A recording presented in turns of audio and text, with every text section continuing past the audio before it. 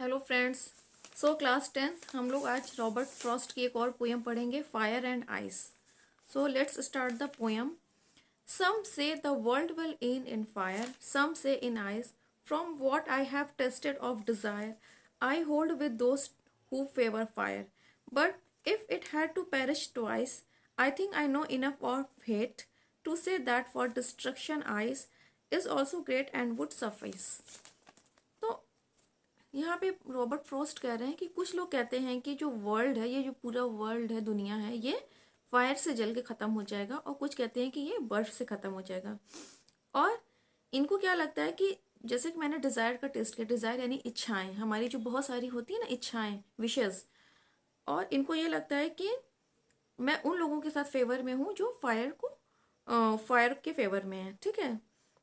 लेकिन फिर ये कहते हैं कि अगर मैं फिर से 2 बार सोचता हूँ इस चीज़ को, तो मुझे लगता है कि जो हेट्रेड है, हेट्रेड यानी नफरत, वो भी इस वर्ल्ड को ख़त्म करने के लिए काफ़ी है। तो ये कह रहे हैं कि अगर हम ये कहें तो जो आइस का डिस्ट्रक्शन है वो भी बहुत बड़ा है, और ये भी पूरे वर्ल्ड को ख़त्म कर सकता है। सबसे पहले तो मैं आप लोगों को ये क्लियर कर दूं कि यहाँ पे फायर और आइस को सिंबलाइज किया गया है। फायर सिंबलाइज है किस चीज़ का?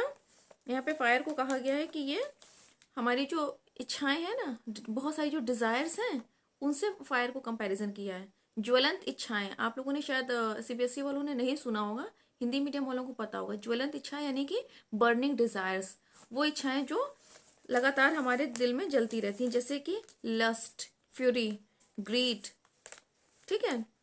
और फिर बर्फ को इन्होंने किस चीज़ से कंपेयर किया? बर्फ को इन्होंने कंपेयर किया हेट्रेड से। हेट्रेड यानी कि जेलसी, इंडिफरेंस, है ना, ये ऐसे इमोशंस हैं जो इंसान को बिल्कुल बर्फ की तरह ही जमा देते हैं। होता है ना, जब आपने सुना होगा कोल्ड वॉर, 2 लोगों के बीच में कोल्ड वॉर चल रही है, इसका क्या मतलब होता है कि वो दोनों एक दूसरे से बहुत नफरत करते हैं।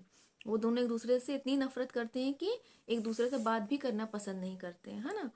तो रॉबर्ट फ्रॉस्ट का कहना है कि ये दो जो चीज़ें, ये जो 2 फोर्सेस जो हैं, फायर एंड आइस, ये इस पूरे वर्ल्ड को ख़त्म करने के लिए काफ़ी हैं, क्योंकि हमारी जो डिज़ायर्स हैं और हमारी जो हेट्रेड है वो ऐसी हैं कि पूरी दुनिया को ख़त्म कर सकती हैं, ठीक है। बहुत छोटी सी पोयम है, लेकिन इसका जो सिंबलाइज मीनिंग है वो बहुत बड़ा है, और आई होप कि आप लोगों को कुछ हद तक ये समझ में भी आ गया हो। इनका एक बार तो पहले ये कहते हैं कि मैं फायर, मतलब कि उन जो इच्छाएं हैं, वो जो इच्छाएं हैं, डिज़ायर्स हैं, वो मैं उनकी तरफ जाता हूँ कि हाँ, वो जो डिज़ायर्स हैं वो हमें तबाह कर देंगी। अच्छा, अब आप लोग सोच रहे हो कि मैम डिज़ायर्स कैसे ख़त्म कर सकती हैं? तो आप अभी हम अपने इस वर्ल्ड में आप देखो ना क्या हो रहा है। हमारी जो अनगिनत इच्छाएं हैं, जैसा कि मैंने आप लोगों को पहले भी बताया था, अगर हम यूक्रेन और रशिया का एग्जांपल लेते हैं तो ये क्या है? क्या ये हमारी डिज़ायर नहीं है? एक वर्ल्ड की कंट्री दूसरी कंट्री को क्या करना चाहती है? सप्रेस्ड करना चाहती है। तो कहीं ना कहीं हमारी वो डिज़ायर है ना, किस चीज़ की? डिज़ायर ऑफ पावर, पावर की, अपनी लैंड को इंक्रीज करने की। तो अगर इस तरह से सभी लोग सोचने में लग गए तो वर्ल्ड वॉर थर्ड हो जाएगा या नहीं हो जाएगा? और हम सभी जानते हैं कि अब हमारे पास किस तरह के वेपन्स हैं, और वो वेपन्स ऐसे डेडली वेपन्स हैं जो कि इस पूरे वर्ल्ड को ख़त्म करने के लिए काफ़ी हैं। तो कहीं ना कहीं हमको इन सारी चीज़ों से ऊपर उठकर सोचने की ज़रूरत है। और जो नफ़रत है, नफ़रत तो अपने आप में बहुत बड़ा इमोशन है, इतना इतना स्ट्रॉन्ग इमोशन है कि ये पूरे पूरे दुनिया को तबाह कर सकता है। भाई, आप अगर किसी देश से या किसी इंसान से नफरत कर रहे हो तो आप उसको आगे तो बढ़ता हुआ देख ही नहीं सकते, और किसी ना किसी तरह से उसका बुरा करने में ही लगे रहोगे। और जब हम किसी का बुरा कर रहे होते हैं तो कहीं ना कहीं वो सारी चीज़ें होती है ना कि कर्मा टर्न्स बैक, कर्मा होता है ना, जो हमारे कर्म होते हैं वो लौट कर हमारे पास आते ही आते हैं, है ना। तो आप अपने साथ भी बुरा कर रहे हो, यानी उस पर्सन के साथ तो आप बुरा कर ही रहे हो, खुद के साथ भी बुरा कर रहे हो। तो आई होप कि आप लोगों को ये थोड़ा बहुत समझ में आ गई हो पोयम और इसकी जो हिडन मीनिंग है। अब हम बात करते हैं इसकी राइमिंग स्कीम की। देखिए, इसका जो फर्स्ट स्टैंजा, इसमें देखिएगा, फर्स्ट लाइन में, सॉरी, फर्स्ट स्टैंजा में राइमिंग स्कीम है A B A A, क्योंकि देखिए जो फायर है वो थर्ड लाइन डिजायर से हो रही है, और फिर फोर्थ लाइन फायर, ठीक, रिपीटेशन हो रहा है, और यहाँ पे सिर्फ आइस जो है वो एक बार आया है। फिर हम लोग बात करते हैं सेकेंड स्टैंजा की। देखिए इसमें ट्वाइस, आइस और ट्वाइस राइमिंग कर रहे हैं ना आपस में, तो यहाँ पे हम फिर से कहेंगे कि ये बी है, फिर सी है, फिर बी है, फिर सी है, फिर बी है। कैसे? Twice ice suffice, hate great, आ गई राइमिंग स्कीम आप लोगों को समझ में? इसको पोएम से एक बार अच्छे से मैच कर लीजिएगा। फिर यहाँ पे मैं एक बात क्लियरली बता दूं आप लोगों को कि जैसा कि मैंने अभी अभी मैंने जो पोएम आप लोगों को पढ़ाई थी उसमें मैंने बताया था ना, इमेजरी। इमेजरी क्या होती है कि पोएट या कोई राइटर इस तरह से चीज़ों के बारे में डिपिक्ट करते हैं, उसको इस तरह से डिस्क्राइब करते हैं कि आपके माइंड में उसकी एक इमेज बन जाती है।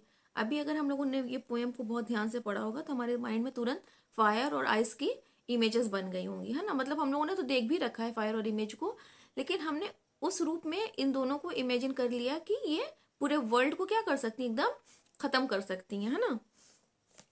इसके बाद अगर हम लोग बात करें तो देखिए यहाँ पे फायर और आइस का पर्सोनिफिकेशन किया गया है। कैसे कि फायर और आइस इतने कैपेबल हैं कि वो वर्ल्ड को ख़त्म कर सकते हैं। फायर और आइस जो है वो अपने आप में फोर्सेस हैं, लेकिन वो खुद से तो काम नहीं कर सकते, उनके हाथ और पैर तो है नहीं। हम इंसानों के ना हाथ पैर होते हैं जो जिससे हम दुनिया को ख़त्म कर सकते हैं। भाई अगर फायर जलाना होगा तो हमें इस हाथ की ज़रूरत पड़ेगी ना, इस हाथ के दोनों हाथों की ज़रूरत पड़ेगी। और सेम चीज़ आइस के लिए भी है कि यानी नफरत। तो यहाँ पे इसका पर्सोनिफिकेशन किया गया है। फिर एनाफोरा है। एनाफोरा एनाफोरा किसको कहते हैं? एनाफोरा उसको कहते हैं जब स्टार्टिंग में फर्स्ट या सेकंड लाइन में दो या तीन वर्ड सेम रिपीट होते हैं। जैसे देखिए फर्स्ट लाइन में देखिए स्टार्टिंग में ना सम से, और सेकंड लाइन में भी है सम से। यानी कि कुछ लोग कहते हैं कि वर्ल्ड जो है वो आइस से सॉरी फायर से खत्म होगा, और कुछ क्या कहते हैं कि आइस की वजह से खत्म होगा, है ना। तो यहाँ पे एनाफोरा का यूज हुआ है।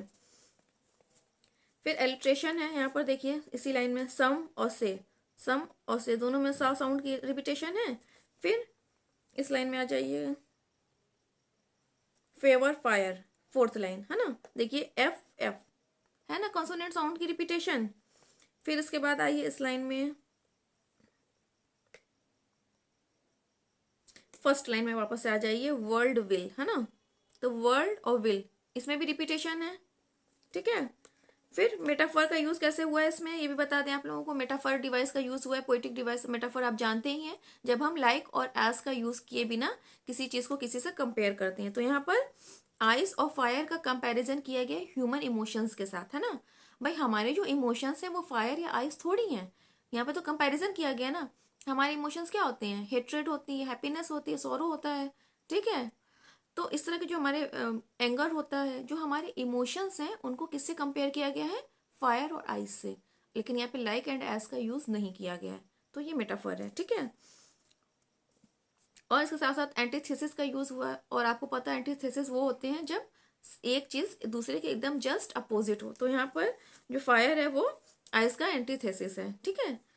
तो कहने को तो ये पोएम बहुत शॉर्ट है, लेकिन इसमें एक बहुत बड़ा मैसेज छुपा हुआ है कि अगर हमने इन फायर और आइस पे काबू नहीं पाया तो ये वर्ल्ड जो है वो क्या हो जाएगा? पूरा डिस्ट्रॉय हो जाएगा। सो आई होप कि आप लोगों को पोएम अच्छे से समझ में आ गई होगी, ठीक है। ओके, अब हम लोग अगली वीडियो में किसी और चैप्टर के साथ बात करेंगे। Okay bye, good night, take care.